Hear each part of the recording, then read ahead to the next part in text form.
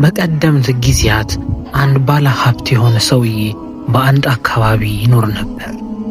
ይህም ሰውዬ ሀብቱ በጣም የካበተ በወርቅ የተንቆጠቆጠ ቤተ መንግስት ያለው እንዲሁም አንድ ሰነፍ ልጅ ያለው ሰው ነው። ይህ ልጁ በጣም ደካማና ሆዳም የሆኑ ጓደኞች አሉት። አባትየው ሁሌ ይመክሩታል። እነኚህ ጓደኞች ወደፊት እንደሚያጠፉት ይነግሩታል። ሆኖም ግን አልሰማቸውም አባትየው የሚመክሩትን።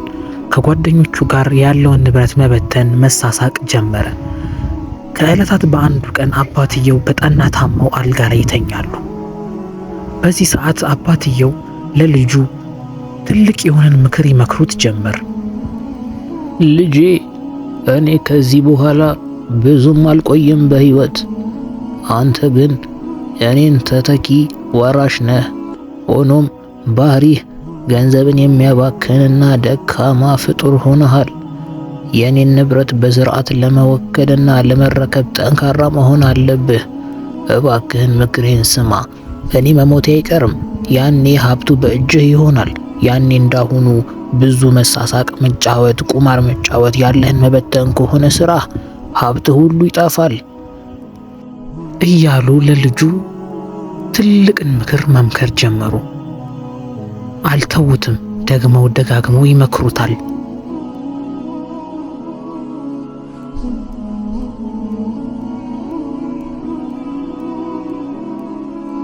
ከብዙ ምክሮች በኋላ ልጁ ለአባቱ እንደሚለወጥ ይነግራቸዋል። ከጓደኞቹ እንደሚርቅና ሀብቱን በስርዓት እንደሚያስተዳድር ለአባትየው ይነግራቸዋል።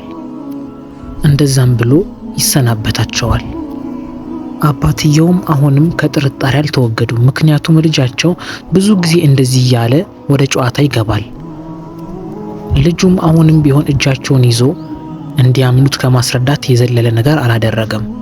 አባትየው ደግመው ደጋግመው ለልጁ ከመምከርና ከመገሰጥ ወደ ኋላ አላሉም። ያም ሆኖ ግን አባትየው አንድ ቀን ቀናቸው ደርሶ ይሞታሉ። ልጅየውም በክፉኛ ሐዘን ተመትቶ በመሪር ሐዘን ተውጦ ሥርዓተ ቀብራቸውን ይፈጽማል። ወዲያውም ለአባትየው የሚያምር በነጭ ሰንበሌጥ የተሰራ ቀብርን ያዘጋጅላቸዋል። በዛም ከቀበራቸው በኋላ ሀብታቸውን ለመውረስ ጉዞ ወደ ቤተ መንግስቱ ይሄዳል።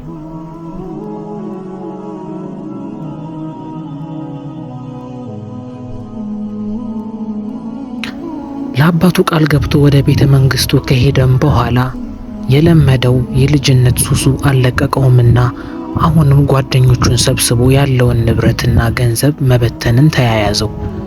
አጠገቦቹ ያሉት መጥፎ ጓደኞች ስለሆኑ እሱን የሚቀርቡት ለገንዘቡ፣ ያለውን ሀብት ለመጨረስ፣ ለቁማር፣ መጠጥ ለመጠጣት ነው። ሆኖም ስራውን አይሰራም። ሁሌ መሳሳቅና መጫወት ነው የሚያደርገው ተግባር። እንደዛ ሆኖ የእርሻው መሬቱ ደረቁበት፣ ያለውም ንብረት ሁሉ ከሰረ። ሰው ሁሉ ያለበትን ዕዳ ከሱ መቀበል ጀመረ። አሁንም ቢሆን ጓደኞቹ ይህን ነገር እያወቁም ቢሆን ንብረቱን ከመውሰድ ወደ ኋላ አላሉም። እያደረ እየከሰረ ቤቱ ያለው ንብረት እየቀነሰ ጓደኞቹ በዛ ላይም የቀረችውን ንብረትንም እየወሰዱበት በቁማር እየበሉት እየሳቁበት እያፌዙበት መሄድ ጀመረ። አሁንም ከድሮ በበለጠና በከፋ ሁኔታ አሁንም የተጠራቀመው ገንዘቡ እያለቀ ቤተ መንግስቱ ብቻውን እስከሚቀር ባዶ ቤት ሆነ። ድሃ በሚሆንበት ሰዓት ጓደኞቹ ሁሉ ትተውት ሄዱ። ጓደኞቹም ሳይቀር በሩን ፊት ለፊቱ ላይ መንትፈው ዘጉበት። ለብቻው ሆነ። እጅግ ሐዘን ዋጠው። አባቱ ሲመክሩት የነበረው ሁሉ ትዝ አለው።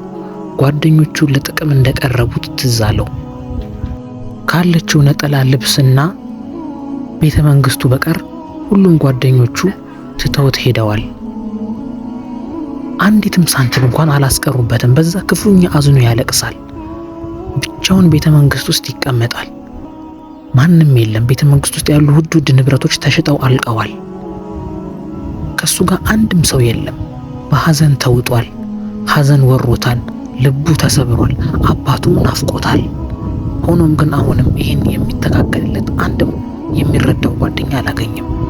ሁሉም ጓደኞቹ ለጥቅም ነው የሚፈልጉት። ይህን ሁሉ እያስታወሰ ሐዘን ወርሶታል። የሆነው ሆኖ ከቤተ መንግስቱ ደጃፍ አንድ ሰው በሩን ያንኳኳበታል። ማንነቱን ለማጣራት ጠጋ ሲል አንድ ድሃ ሽማግሌ ሰውዬ ያገኛል። ያም ድሃ ሽማግሌ ሰውዬ ከዚህ በፊት አባቱ ንብረትና ሳንቲሞችን ሲሰጡት የነበረ ምስኪን ሰው እንደሆነ ይነግረዋል። በመንገዱ ላይ ቤቱም ወስዶ ያለውን ንብረትና ገንዘብ ያቋርሰው ያካፍለው ጀመር። ይህም ምስኪኑ የባለ ሀብቱ ልጅ የቀረበለትን ምግብ እየበላ ማዋጥ እስከሚያቅተው በሐዘን ተውጦ ያለቅስና ያነባል። ምንም ማድረግ አይቻልም። ቤተ መንግስቱ ለብቻው ቀርቷል።